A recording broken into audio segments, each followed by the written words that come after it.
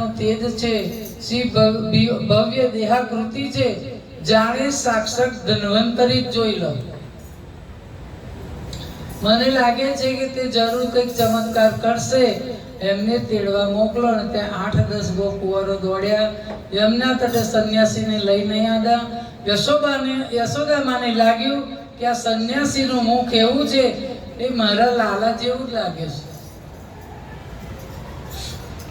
એકદમ ભાવાવેશમાં આવીને બોલ્યા, બેટા કનૈયા, જોતો ખરો કોણ આવ્યું?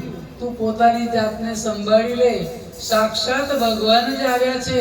અને પછી પેલા સંન્યાસીની સામે જોઈને કહેવા લાગ્યા, પ્રભુ મહારાજ, મારો પ્રાણ નીકળી રહ્યો છે, દેવ જલ્દી કરો, એને સાજો કરી દો. જે દક્ષિણા માંગશો તે હું આપીશ, પણ એકવાર મારા લાલાને ભાનમાં લાવો, એને બચાવી લો. બે પ્રહર વીતી ગયા પણ હજુ એની મૂર્છા વળતી નથી, કોઈને ગાંઠે એવું નથી. દયા કરો દીનાનાથ. કહેતા કહેતા ગેલી યશોદા મૈયાએ સંન્યાસીની આગળ ખોળો પાથર્યો છે. હે દેવીઓ, આજ દિન સુધી કોઈને ખબર નથી પડી કે નવજુવાન સંન્યાસી રૂપે કોણ આવ્યું હતું. પણ તમને કહેવા મને કોઈ વાંધો નથી. સંન્યાસ રૂપે ખુદ ભગવાન નારાયણમાં વ્રજમાં જવાનો આદેશ આપ્યો હોય તો કોને આપ્યો? તો નારદજીને મોકલ્યા હતા.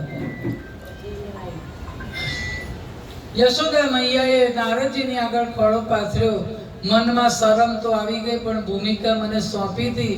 જે આપણને નાટક કરવામાં રોલ આપ્યો હોય તો પૂરેપૂરો ભજવવો જ પડે. એમ સમજીને સંન્યાસી રૂપે પ્રથમ શ્રી કૃષ્ણને નારદજીએ પહેલા પ્રણામ કર્યા. પેલા બેભાન પડ્યા છે પણ પગના ચરણ સ્પર્શ કરીને પ્રણામ કર્યા અને સ્વસ્થતાથી ઢોલિયા પર એમની બાજુમાં બેસી ગયા. અને બધાએ સાંભળે એમ કહ્યું છે કે માતા, હું કોઈ દક્ષિણા કે ઇનામની આશાએ આવ્યો નથી. હું તો મારા ઔષધને સમર્પિત કરવા અને જ્યોતિષ વિદ્યાનો સાક્ષાત્કાર કરાવવા અહીં આવ્યો છું. હવે આપ ઊભા થઈ જાઓ અને આપના લાલાનું માથું મારા ખોળામાં મૂકી દો.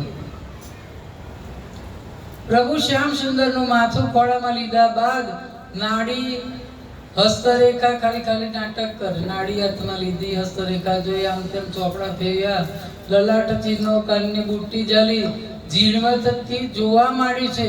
અને જ્યોતિષ અને વૈદરાગ બે થઈને આવ્યા છે. આવી રીતે આનંદ કરી પાના ફેરવે એટલે કોઈ